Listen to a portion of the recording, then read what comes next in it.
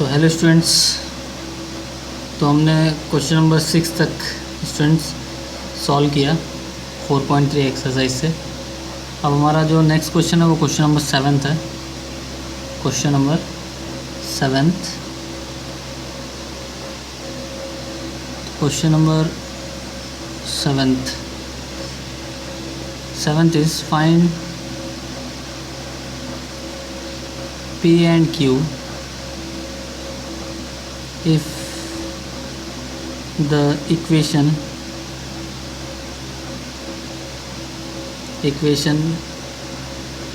px square minus 8xy plus 3y square plus 14x plus 2y plus q is equal to 0 represent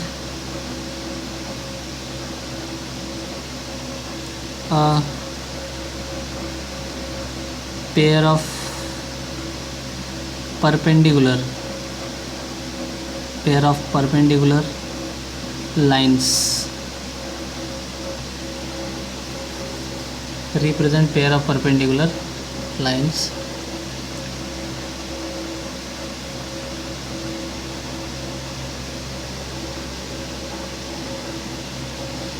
तो students यहाँ पे P और Q का value find करना है। Equation दिया है px square minus 8xy plus 3y square plus 14x plus 2y plus q is equal to 0 represent a pair of perpendicular line.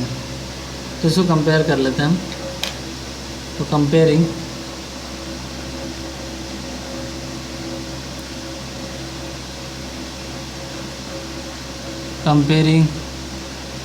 given equation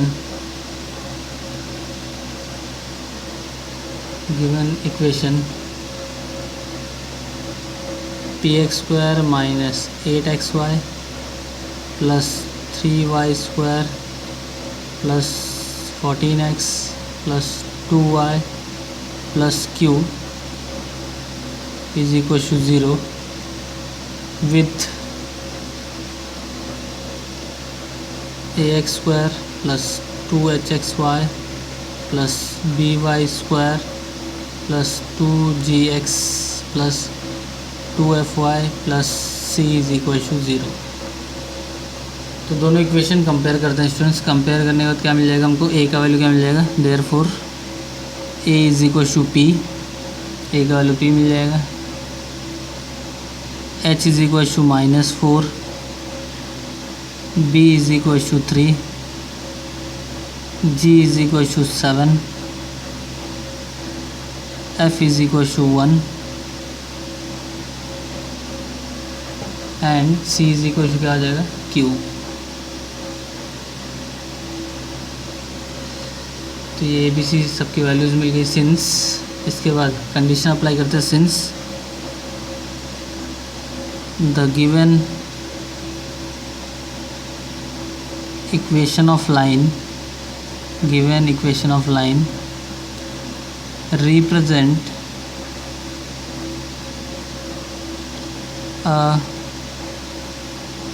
pair of line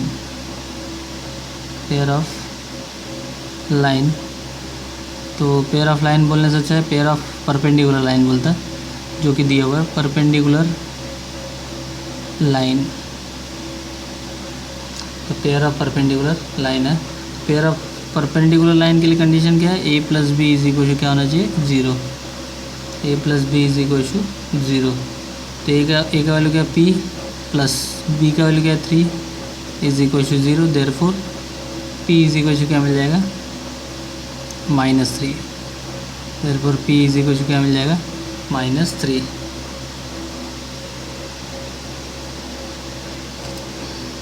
then इसके बाद क्या करेंगे students?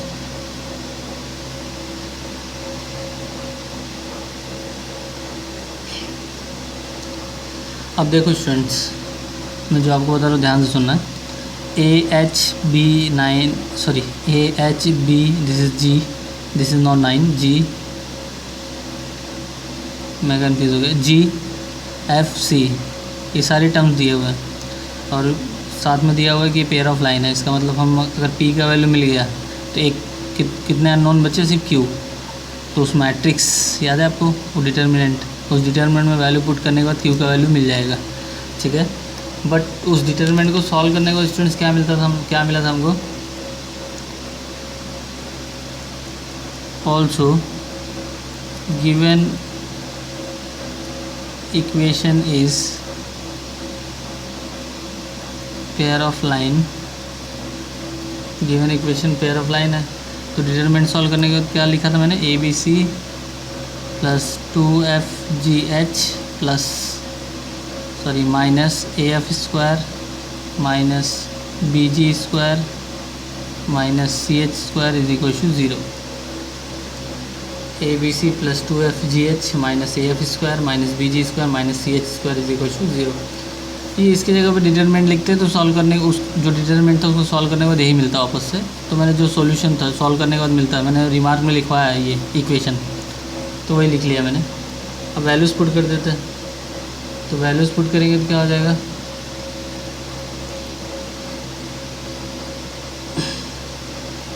अब value put करेंगे तो यहाँ पे ABC लिखा है, ठीक है।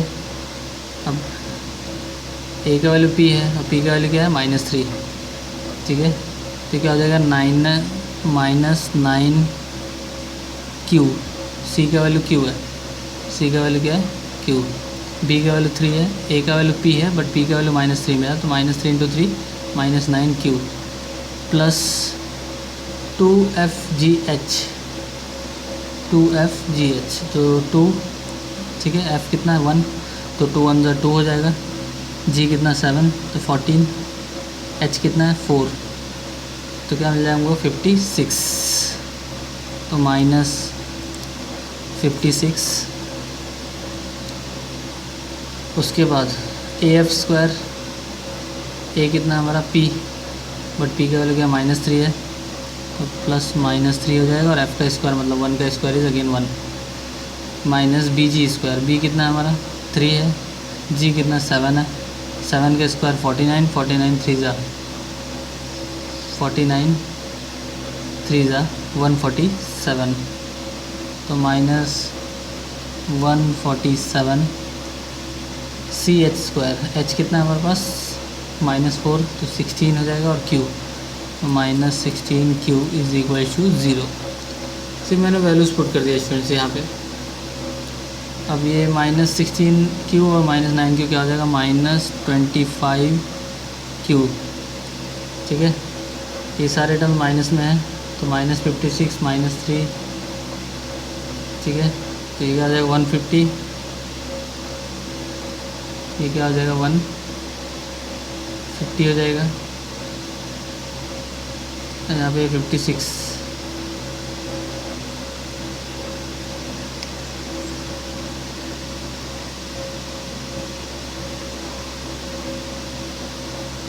-147 -3 कितना था 150 156, ठीक है। कहीं मिस्टेक तो नहीं कर रहा है, ध्यान से वापस वैल्यूज पुट करके देखते हैं। 2FGH, तो स्टूडेंट यहाँ पे थोड़ा सा मिस्टेक हुआ, यहाँ पे -AF है तो यहाँ पे माइनस भी आएगा, और ये पहले से -3 है, ठीक है। हाँ, तो ये क्या हो जाएगा प्लस माइनस क्या हो जाएगा 53 -147 इज इक्वल टू 0, तो -25Q -53 तो क्या हो जाएगा प्लस -200 इज इक्वल टू 0, तो -25Q is equal to 200 is equal to 200, therefore Q is equal to -8, therefore Q is equal to -8। तो Q का वैल्यू क्या मिल गया स्टूडेंट्स -8, तो Q इज इक्वल टू मिल गया -8। तो दो चीज़ें मेन थी यहाँ पे, कोर पॉइंट, ठीक है।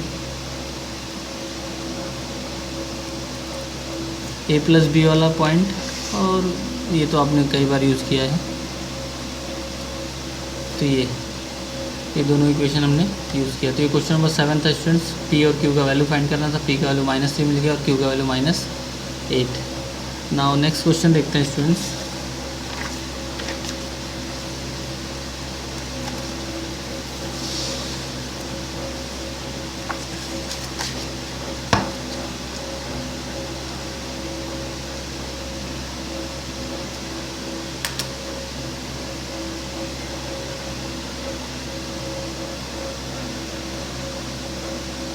Question number 8।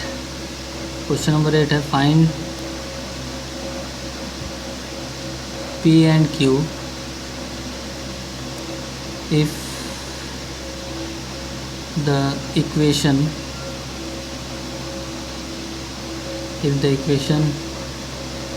2x square plus 8xy plus py square plus qx py square plus qx plus 2y minus 15 is equal to 0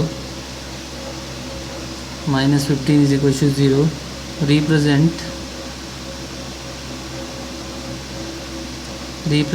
a pair of line,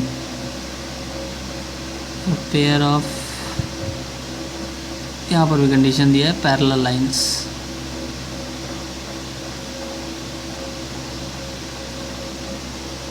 pair of parallel lines.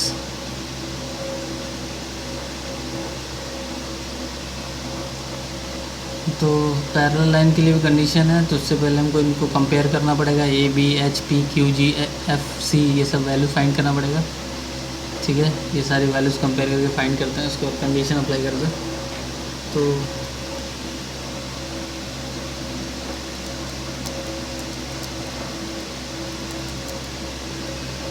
solution comparing the given equation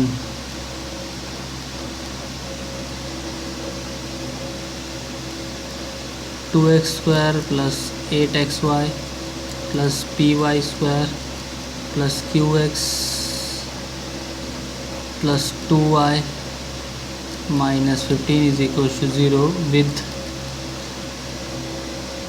ax square plus 2hxy plus by square plus 2gx plus 2fy plus c is equal to 0। Compare करते हैं तो क्या मिल जाएगा, therefore a is equal to 2, a is equal to 2 मिल जाएगा। h is equal to what, h is equal to मिल जाएगा 4, h is equal to 4 मिल जाएगा। b is equal to p मिल जाएगा। g is equal to मिल जाएगा q/2, f मिल जाएगा 1 और c मिल जाएगा -15, c मिल जाएगा -15। Since given lines are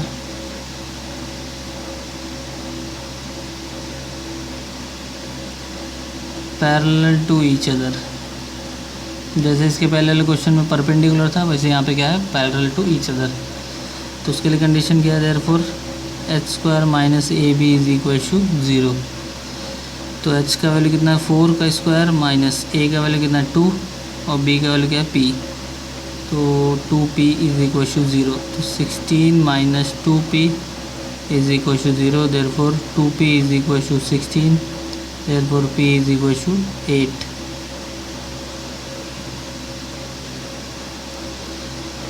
p is equal to क्या मिल जाएगा, 8 मिल जाएगा।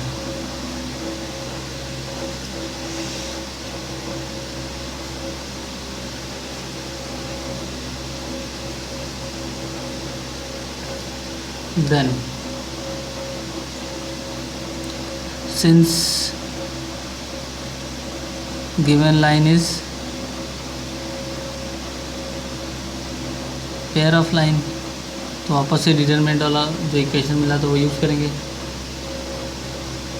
तो क्या है वो, A B C plus 2FGH minus AF² minus BG² minus CH² is equal to 0।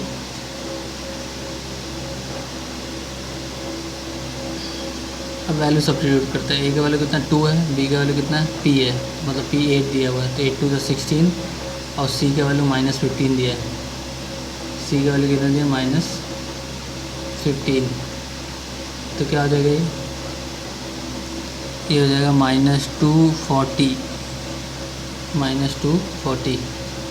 अब इसके बाद F का वैल्यू कितना दिया 1, G का वैल्यू Q/2, H का वैल्यू 4, तो 4 × 2 8, 8 × 1 8 और Q/2, तो क्या हो जाएगा ये 4Q, तो plus 4Q minus AF², A कितना है 2, F कितना 1, तो क्या हो जाएगा -2,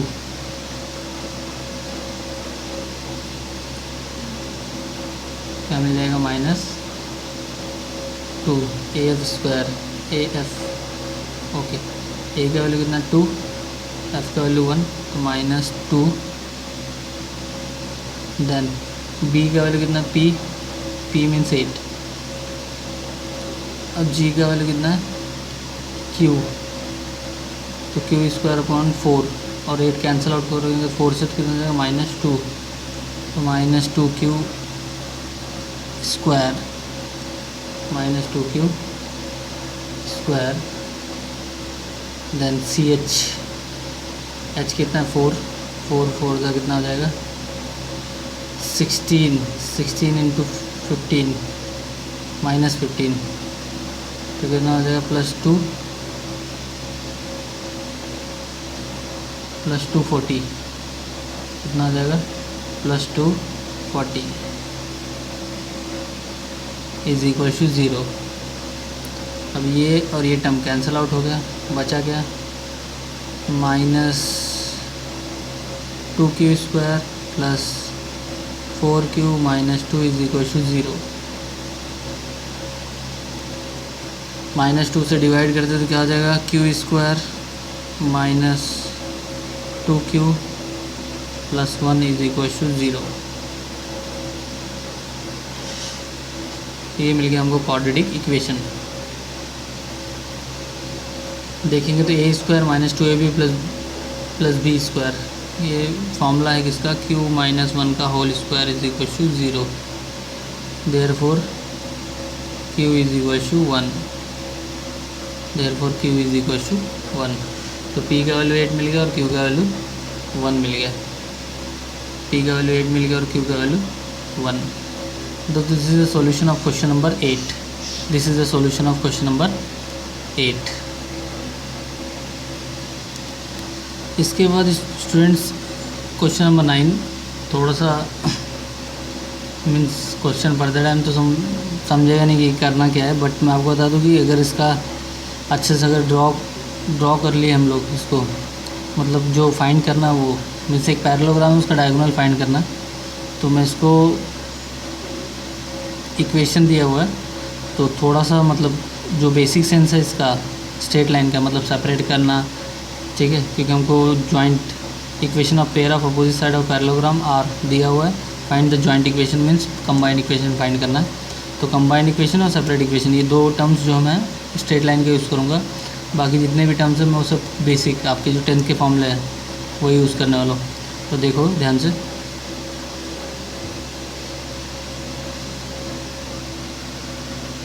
क्वेश्चन नंबर 9 दिया है equations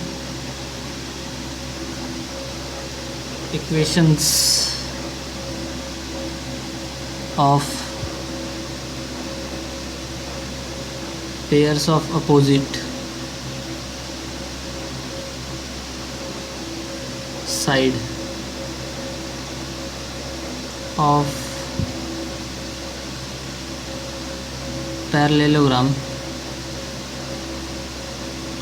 are x² - 7x + 6 is equal to 0 and Y square minus 14y plus 40 is equal to 0.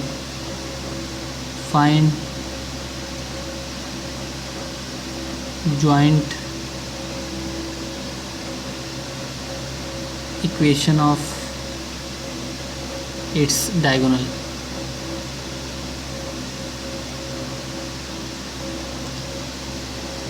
तो ये बात तो कंफर्म है स्टूडेंट्स कि इसमें हमको पहले डायगोनल फाइंड करना पड़ेगा कि डायगोनल का इक्वेशन क्या है, और उसके बाद जो है हमको उन दोनों को मल्टीप्लाई करके कंबाइन इक्वेशन फाइंड करना पड़ेगा.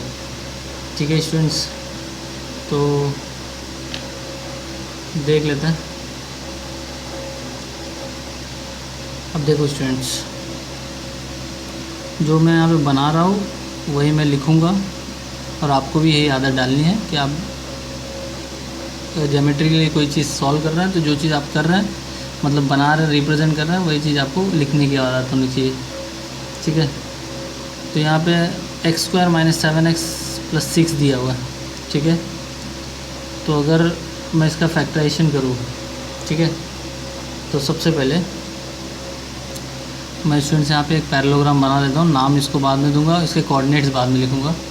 ठीक है, तो आपको भी समझ में आएगा कोऑर्डिनेट बाद में क्यों लिखा है मैंने.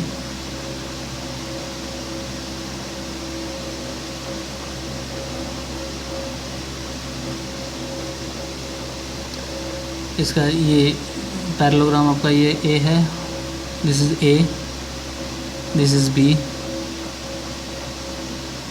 सॉरी ए बी, हाँ ऐसे भी ले सकते हैं, A B C and D.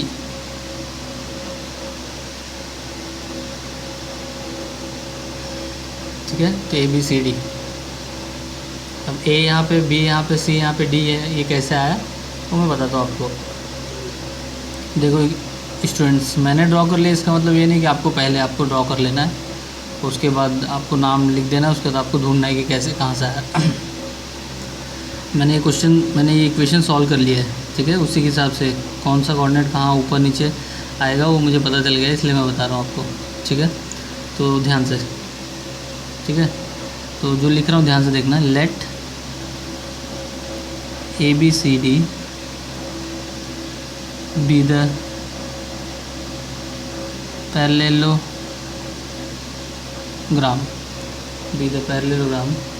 such that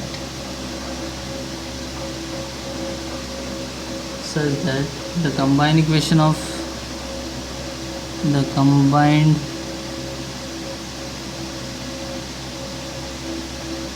equation of side AB and CD, side AB and CD is, तो AB और CD का जो कंबाइन इक्वेशन है वो क्या है, x square minus 7x plus 6. तो x square minus 7x plus 6 is equal to 0.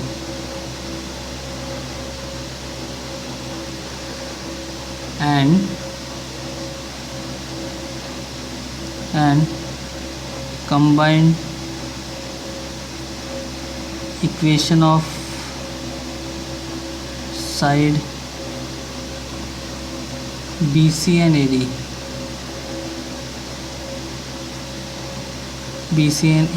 is y square minus 14y plus 40 is equal to 0. Plus 40 is equal to 0.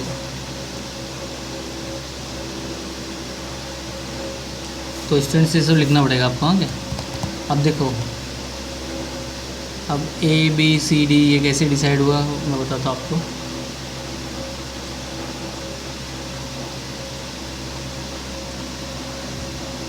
The separate equation of line x square minus 7x plus 6 is equal to 0 is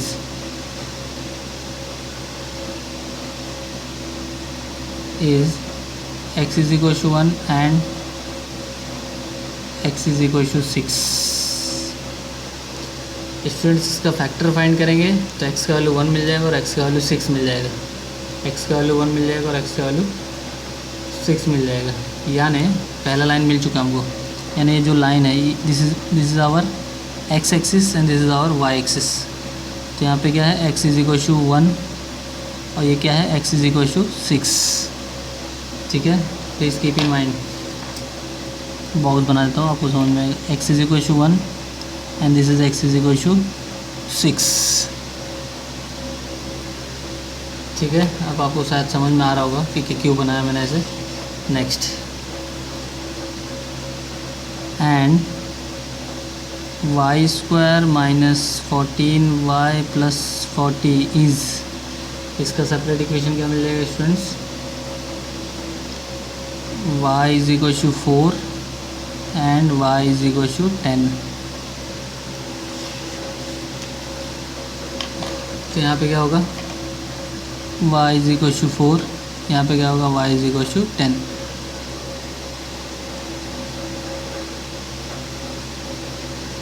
अब देखो point A क्या है हमारा, point A क्या मिला x 1,10, यहाँ पे क्या आ जाएगा 1,10। ठीक है, 1,10। फिर उसके बाद b 1,4, फिर c 6,4 और उसके बाद लास्ट में d क्या है हमारा 6,10। 6,10। ठीक है स्टूडेंट्स, तो आपको समझ में आ गया कोऑर्डिनेट मैंने कैसे क्यों ड्रॉ किया था। ठीक है, तो ये सब चीज़ें हैं जो मैंने अभी यहाँ पे लिखा, ये आपको भी लिखना है। अगर आप इतना नहीं लिखते हैं तो फिर आप समझ लीजिए फिर आपको मार्क्स कम मिल सकते हैं। ठीक है, क्योंकि ये इंपॉर्टेंट पॉइंट्स है, आपको बताने पड़ेंगे कहाँ से आए। तो अब स्टूडेंट्स क्या करते हैं, अब इसमें मुझे बताओ पैरेललोग्राम क्या है ABCD। पैरेललोग्राम क्या है ABCD। तो ABCD में डायगोनल कौन कौन से है? तो पहला डायगोनल है क्या है AC है, पहला डायगोनल क्या है AC और दूसरा डायगोनल क्या है BD। तो first diagonal is what AC and second diagonal is what BD। Second diagonal क्या है BD है। तो हमको इन दोनों डायगोनल का इक्वेशन फाइंड करना है और उनका मल्टीप्लाई करके कंबाइन इक्वेशन फाइंड करना है। क्या फाइंड करना है? Combine equation. तो फाइंड करते हैं कंबाइन इक्वेशन। तो अब मैंने बताया ना आपको कि मैं सिर्फ थोड़े से कंसेप्ट जो है 12th वाले यूज़ करूँगा, बाकी सब 10th वाले। तो अभी यहाँ पे हमने सेपरेट किया इसकी इक्वेशन को, this is concept of 12th। Actually अभी आपने देखा पेयर ऑफ लाइन में, एक्चुअली कंसेप्ट तो बहुत पुराना है, क्वाड्रेटिक इक्वेशन तो बहुत बार सॉल्व किया आपने। ठीक है, तो सेपरेट किया। अब यहाँ पे देखिए स्टूडेंट्स AC का इक्वेशन फाइंड करने के लिए आपके पास 2 पॉइंट फार्मूला है, जो 10th में पढ़ा था आपने, 2 पॉइंट फार्मूला। ठीक है, तो या तो वो फार्मूला अप्लाई कीजिए या तो इस लाइन का क्या फाइंड कर लीजिए, स्लोप फाइंड कर लीजिए। तो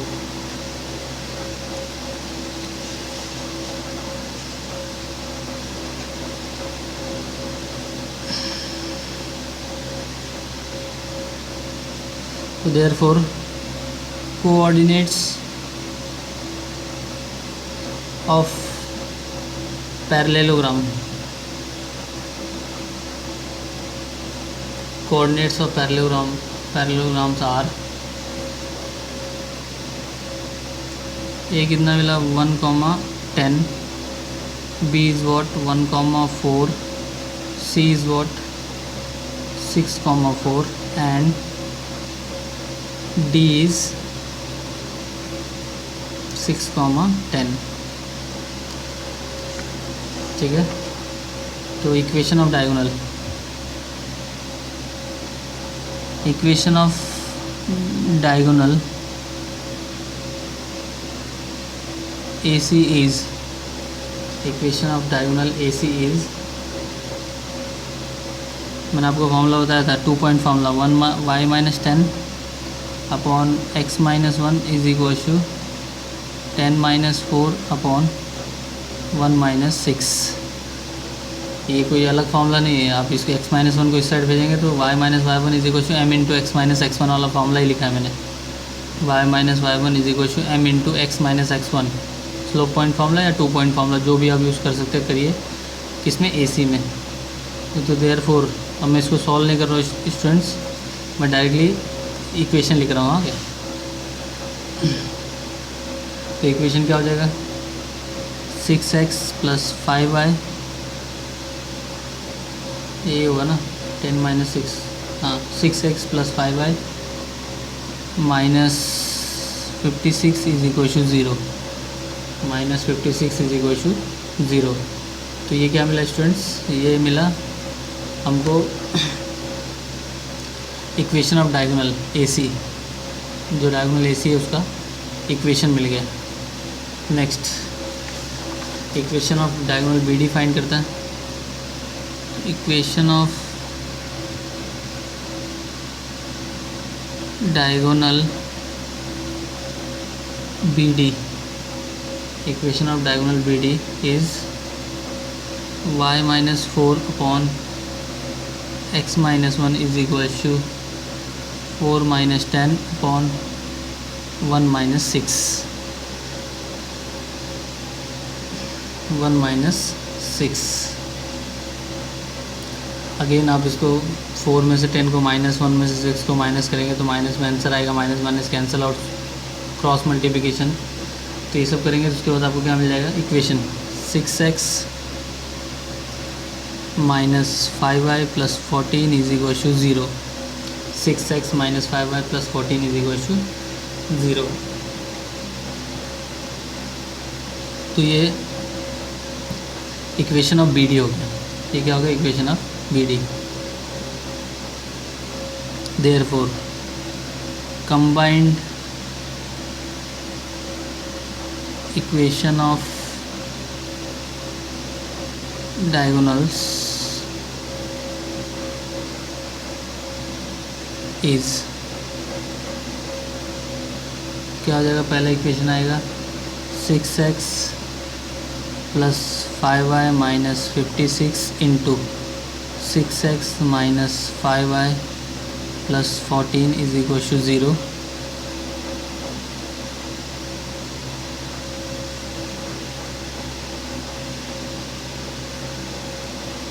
तो इसको सॉल्व करेंगे तो क्या मिल जाएगा, 36x², फिर क्या मिलेगा हमको -25y²,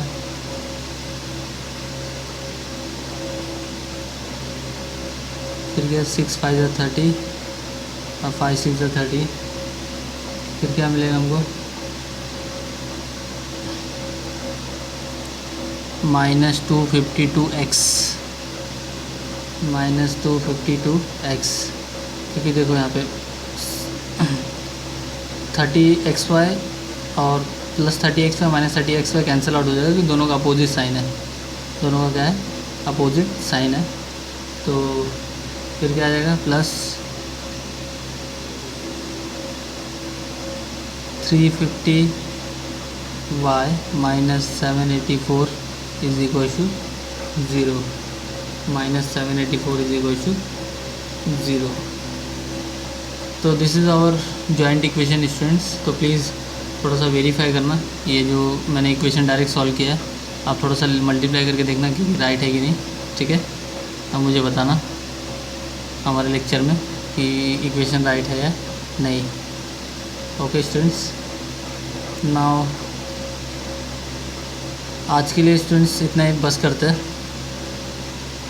हमने कितने टोटल 3 क्वेश्चन सॉल्व किए, 3 क्वेश्चन सॉल्व किए और अच्छे क्वेश्चन सॉल्व किए। आज के लिए जो मैं आपको काम देने जा रहा हूँ स्टूडेंट्स, वो है आपका क्वेश्चन नंबर 11। यहाँ पे दिया हुआ ध्यान से देखेंगे, find the coordinates of point of intersection of line represented by x² - y² - 2x + 1 is equal to 0। ठीक है, क्वेश्चन नंबर 11। तो क्वेश्चन नंबर 11 के लिए स्टूडेंट्स मैं आपको बता दूं कि आपको कोऑर्डिनेट्स फाइंड करना है। क्या फाइंड करना है, coordinates of point of intersection. एक बार वापस से रीड कर रहा हूँ। क्वेश्चन नंबर 11 ध्यान से देखना इन द सेंस सुनना है आपको। Find the coordinates of point of intersection of a line represented by x² - y² - 2x + 1 = 0। Okay, तो आपको क्या करना है स्टूडेंट, देखिए ध्यान से। आपको जाना है रिमार्क नंबर 5 पे। कहाँ जाना है? रिमार्क नंबर 5 पे। इसके पहले मैंने रिमार्क लिखवाया ना, उसमें जो 5th नंबर का रिमार्क था, जहाँ पे लिखा था condition for line to intersect each other is h² - ab is greater than 0 and coordinates of their point of intersection are hf - bg upon ab - h², gh - af upon ab - h²। तो आपको कुछ करना नहीं students, वो जो question जो दिया हुआ इक्वेशन उसको कंपेयर करना पहले अपने जनरल इक्वेशन से। वहाँ से ए बी एच सी सबका वैल्यू फाइंड कर लेना है कंपेयर करके, और इसमें यहाँ पे इस फॉर्मूले में पुट कर देना है, तो आपको पॉइंट ऑफ इंटरसेक्शन मिल जाएगा। आपको क्या मिल जाएगा? Point of intersection. ठीक है, तो क्वेश्चन नंबर 11 आप सॉल्व करना। क्वेश्चन नंबर 8 आपको सॉल्व करने की ज़रूरत नहीं है, क्योंकि आप अगर सॉल्व करेंगे, सॉल्व करने का कुछ नहीं है, अगर आप सोचेंगे तो सॉल्व कर सकते हैं, बट थोड़ा सा डिफिकल्ट है, वो मैं सॉल्व करूँगा बाकी का नेक्स्ट टाइम स्टूडेंट्स। तो क्वेश्चन नंबर 11 सॉल्व कीजिए आप।